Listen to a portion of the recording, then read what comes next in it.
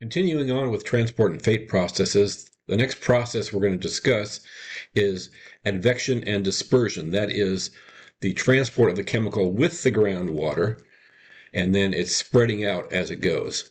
This is sort of in section 12.4 in there, not in this exact form. We're going to introduce the advection dispersion reaction equation. I'm not expecting you to do anything with this equation. I'm just going to use it to illustrate how the different processes interact. So what this equation says is that the change in concentration with time, again, a derivative just means change. If it's a partial derivative, that means there are other changes besides time. So the change in concentration with respect to time equals, we'll come back to this in a second. This is d times the second derivative of change with distance, so the change of the change, that's the dispersion term. The Vx is the velocity in the direction of flow, that's the advection term. And then this lambda c, that's the biodegradation. We put those together, and then we actually have it divided by 1 over r, and r comes from the adsorption, or sorption, we just say sometimes. So what this equation says is that the change in concentration with time equals the change due to dispersion, which is the spreading of the chemical as it travels, plus the change due to advection of the chemical, plus the change due to biodegradation, all slowed down by the retardation factor, which is a result of adsorption. So we can tie those processes together in one equation. Dispersion, biodegradation, which we already covered, advection, which just means the transport of it with the groundwater, and the absorption, the sticking to the soil. Note that dispersion, which is the spreading of the chemical, affects the concentration of the chemical, but not the mass. It just spreads out the mass. It does not reduce any of the mass, but it spreads it out, so it reduces the concentration. You see up here we have a d for a dispersion term. That's the dispersion coefficient. It has units of feet squared per second, meters squared per second, something like that. A higher d, higher dispersion coefficient, means more spreading, more dispersion. The dispersion coefficient can be thought of as two different parts to it. D0 is the diffusion, the molecular diffusion. Like if you take perfectly still water and you drop a drop of dye in there, it'll spread out over time, right? And then the other part of it we might call the mechanical dispersion. Mechanical, I'll write it out, dispersion. Again, we might call this one the molecular diffusion. The mechanical dispersion we can take as a function of the velocity, where alpha we call the dispersivity. So remember, the d has units of like meters squared per second. Velocity has units of meters per second. So the dispersivity is going to have units of meters. A higher alpha means more dispersion. So the bigger that number is, the more dispersion you have. I say it's supposedly a property of the medium, but really it's more a property of the scale length. What? Yeah. So it turns out when you actually try to fit this to data, the farther you go, the bigger you have to make alpha. So it is scale dependent. A typical value, and you see this in a lot of guidance documents and regulations that say you have to use that, comes down to alpha equals 1/10 of the scale length. And often you use alpha in the longitudinal direction is one number, equals 1/10 the scale length. And then alpha transverse, side to side, equals 1/10 alpha L. That's alpha L. And then alpha vertical, or z direction, equals 1/10 of alpha transverse. Maybe we'll come back to that. In the example for the homework, we will anyway. Alpha is a measure of mechanical dispersion, and often that's what you put into the model, because if the water's moving decent at all, of these two parts of it, the mechanical dispersion versus the molecular diffusion, the mechanical dispersion is a lot bigger. So D0 is usually negligible in comparison. So if we drop out that first term, we just get the dispersion coefficient equals alpha times Vx. So alpha is the number that we usually put into a model when we have to do that. Exception, something like a landfill liner where there's no flow or really, really slow flow, then the actual diffusion comes into it. But most of the time we're dealing with a situation, this is like a plinko. The chemicals come in there and then they go to one side, some go to the other side, and so they spread out as they go. And if I take a slice across this, we'd have a higher concentration in the middle than to the sides. It'll spread out like a normal distribution. I'll make another note of that in just a second here. Sometimes they use a Peclet number. So in the guidance documents I've been going through lately, they just say use your alpha equals 1/10 of the scale length. They don't mention a Peclet number, but a Peclet number is a way to represent your alpha. Peclet number is velocity times the length over the dispersion, where higher PE means less relative spreading, so a smaller d means a higher Peclet number.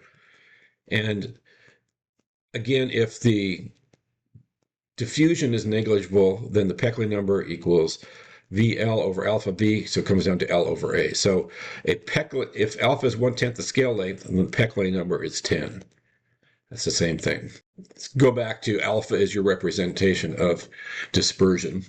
And a common value for that is 1/10 of the scale length of whatever you're looking at. It's not a law, but that.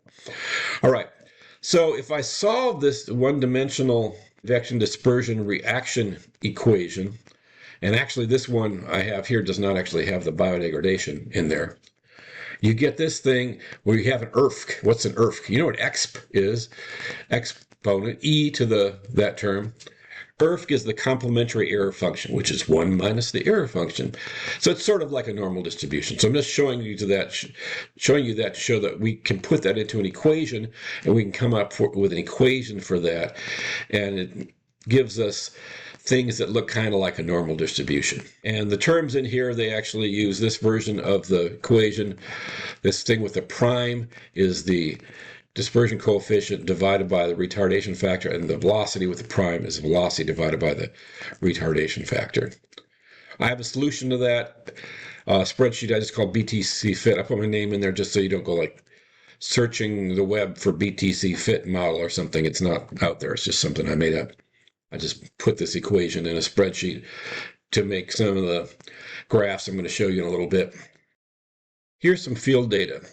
So they did an experiment. They injected some chemicals into the groundwater, and they had monitoring wells set up to monitor it as it went.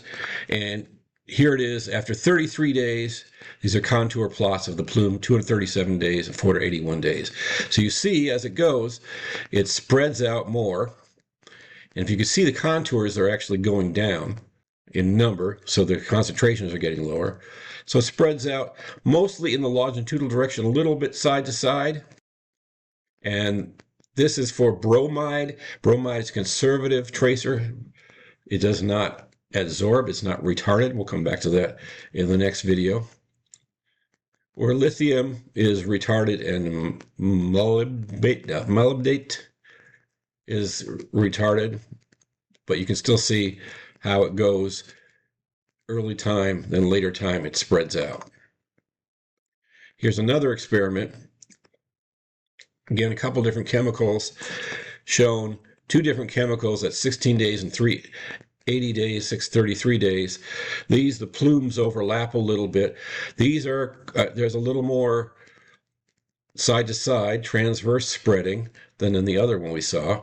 So there's a 380 days and a 633 days. And then the PCE is a little more adsorbed, so it's a little slower. And then this is that's shown each of those at different times. This is shown at the same time for different chemicals. Chloride, which is not adsorbed, it's out ahead, 647 days. But you see, even with the same amount of time, the farther it goes, the more it spreads out. Someone put together the data from a whole bunch of studies and they plotted the longitudinal dispersivity, that's what we call our alpha, versus a scale of measurement, the length, and we can see if I do a 1 and a 0.1, it's there, and 1,000 and 100, it's there. So 0.0, that line there is alpha equals 1/10 of the scale length. So these are logarithmic scales, so you can see a bunch of these are quite a bit different from that. But kind of as a rule of thumb, the alpha equals 1/10 L is pretty decent. Let me introduce the idea of a breakthrough curve. So if I have a chemical, it's heading down to a well, the chemical is going to go and it's going to hit the well at some point, and the concentration is going to go up. So if remember back to early in our semester here, we did Darcy's law example, and we said the travel time of a chemical is 1,200 days. So if the chemical doesn't spread out at all, it's going to hit right at 1,200 days, and boom, it's going to be up to its initial concentration. So this is concentration over initial concentration. This is the time it takes. If it's spread out more, it's going to go along, and a little of it will get there sooner, and then it'll take a while for all of it to get there. This one straight up and down, that's no dispersion, and then this one's high dispersion. The other one is medium dispersion. And you notice that the concentration over the initial concentration is right at 0.5 at the 1,200 days. This is for what we call a continuous source. So if the chemical just keeps coming into the groundwater, which happens a lot. If you have some napple there, it's just going to keep putting chemical into the groundwater. I'll point out here, I have this note, the very last note in this section of notes is that nothing ever fits the theory exactly, but this is the idea of it. This is if I have a continuous source and just keeps putting out the chemical over time and it keeps going and going, it'll get to the well. A pulse or a slug source says we have a source here. We have a plume now. The source has been cut off, but that plume is going to keep moving through the groundwater. So it's going to go a little farther and a little farther and a little farther, then it hits the well. I put R1 just means it's not retarded. We haven't talked about retardation yet. So the chemical is going to go and it's going to hit at 1,200 days, and you're going to get the concentration, and then it's going to get all the way past the well, and then it's going to drop back down. Where if it's spread out more, some of it will get there soon, and then it'll tail off more, and the concentration won't get as high because we're taking the same mass and we're spreading it out. So this is no dispersion, the purple there. This is high dispersion, the blue there. 0.5 pore volume source means that the volume of the source is half of the pore volume between the source and the well we're looking at. So this is continuous source breakthrough curve. Starts out, goes up on a curve. It's at half of C0 or C over C0 equals 0.5 at the time it takes by Darcy's law.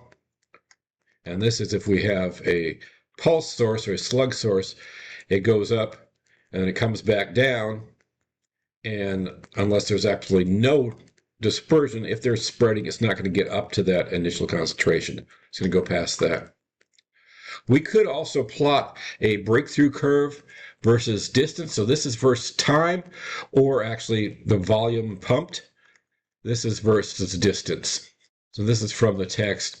Here, if we did it during distance, it's going to stay high concentration at this source, and then it's going to spread out.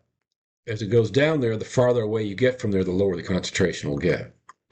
So if we do a breakthrough curve, concentration or concentration over initial concentration versus distance, it looks like that. So here's the same thing, but versus time, like we've been doing there. If we do a pulse source, they don't look that much different because we get done with the source and now it's going to be 0 at the source. And then you're going to go along here and then you're going to well, we hit the back end of it, we go through it, we hit the front end of it. That's what's happening here. This is versus distance. And then if we look at time at the well, it's going to be early time, low concentration, go up, the peak of it goes past, and it goes down afterwards. So a couple more shots of plumes now. So if we can have, again, a continuous source or a pulse source. This is from the text. A plume, looking down at a plan view of a plume, we're going to have the source here. And then as it transports with the groundwater, you'll get, these are the iso contours, iso concentration of the contours. This average concentration of C over C0 equals 0.5 goes out. It's lower ahead of it and higher behind it. If the source is cut off and then you just have that chemical heading down through the groundwater, then you have a peak right at there. So plume, well, if we go back here, concentration versus distance is if we take the slice down the center here of the single volume or pulse source, and the one up here is if we take the slice down here of the continuous source. I have a hard time drawing a straight line there. This is from another book in the Groundwater Project books showing the same thing. So a plume starts out here and it goes with time and distance. So this T1, T2, T3, it's heading down there. The farther it goes, the more it spreads out. And this would be a pulse source, and this would be a constant or a continuous source. It stays high concentration at the source, and then those contours, the edges of the plume, get out there. We'll do a couple examples here. I want you to get a good conceptual and visual feel for this, and then we'll come back in the homework and have you punch some numbers. So here's a slug input, not continuous, is put into an aquifer. By Darcy's law, it takes 1,200 days to get from the source to well A. Show plan view at 600 days for two cases. So we're going to do both these cases. Next video is in retardation, so this is not retarded. So if it takes 1,200 days to get there by Darcy's law, that means at 600 days it's halfway there. If there's no dispersion, this source has not spread out at all. So it'll just look like that. That's no dispersion. High longitudinal dispersion, transverse dispersion, 1/3 of longitudinal. Again, retardation factor of 1 just means it's not slowed down. So this would be no dispersion. And then with dispersion, it'd just be spread out.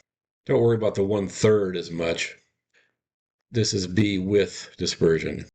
It's spread out as it goes. So that's two different plumes with different dispersions. Let's take one that has the same dispersion, but at a time of 300, 600, and 900 days. So we said at 600 days, it's going to be halfway, right? So the center of it's going to be there. At 900 days, it's 3/4. At 300 days, it's 1/4. So it's 300, 600, 900. So if we said this one was the 600, then it's going to be spread out less at the 300. Same mass, spread out over higher or lower volume, so it's a lower or higher concentration. And 900, maybe I'll make it look like that. So it's going to get bigger as it goes. A zone of NAPL provides a continuous source of toluene into an aquifer. Toluene is retarded, but for this one we're going to do, it's not slowed down at all. The groundwater flow direction toward well A by Darcy's law takes 1,200 days to get there. We want to do it at 400 days. So at 400 days, the centroid of it, if it was just a slug plume, would be 1/3 of the way. So what does it look like if it's a continuous source? Well, it's a continuous source. It's right at its initial concentration at the source. And it's lower as it goes out. I'm going to do C0 at the source is 10 milligrams per liter. I'm going to say at 400 days, the 5, or C over 0 equals 0.5 contour is going to be 1/3 of the way there. So it's going to be like that. And then out ahead of it is going to be, maybe I'll make a 3 and a 1 out at the edge of it. Oops, I shouldn't really cross that over, but, and then maybe a 7, I'll do a 7 and a 9. So it looked like that. So if I did a plot of concentration versus distance, it'd be 10 at the source, half of 10 there, and then go down there. It would look kind of like that. So that's fun with some breakthrough curves and plumes. Again, we'll come and fill in the details of this, but the next thing we're going to do is move on into retardation or adsorption.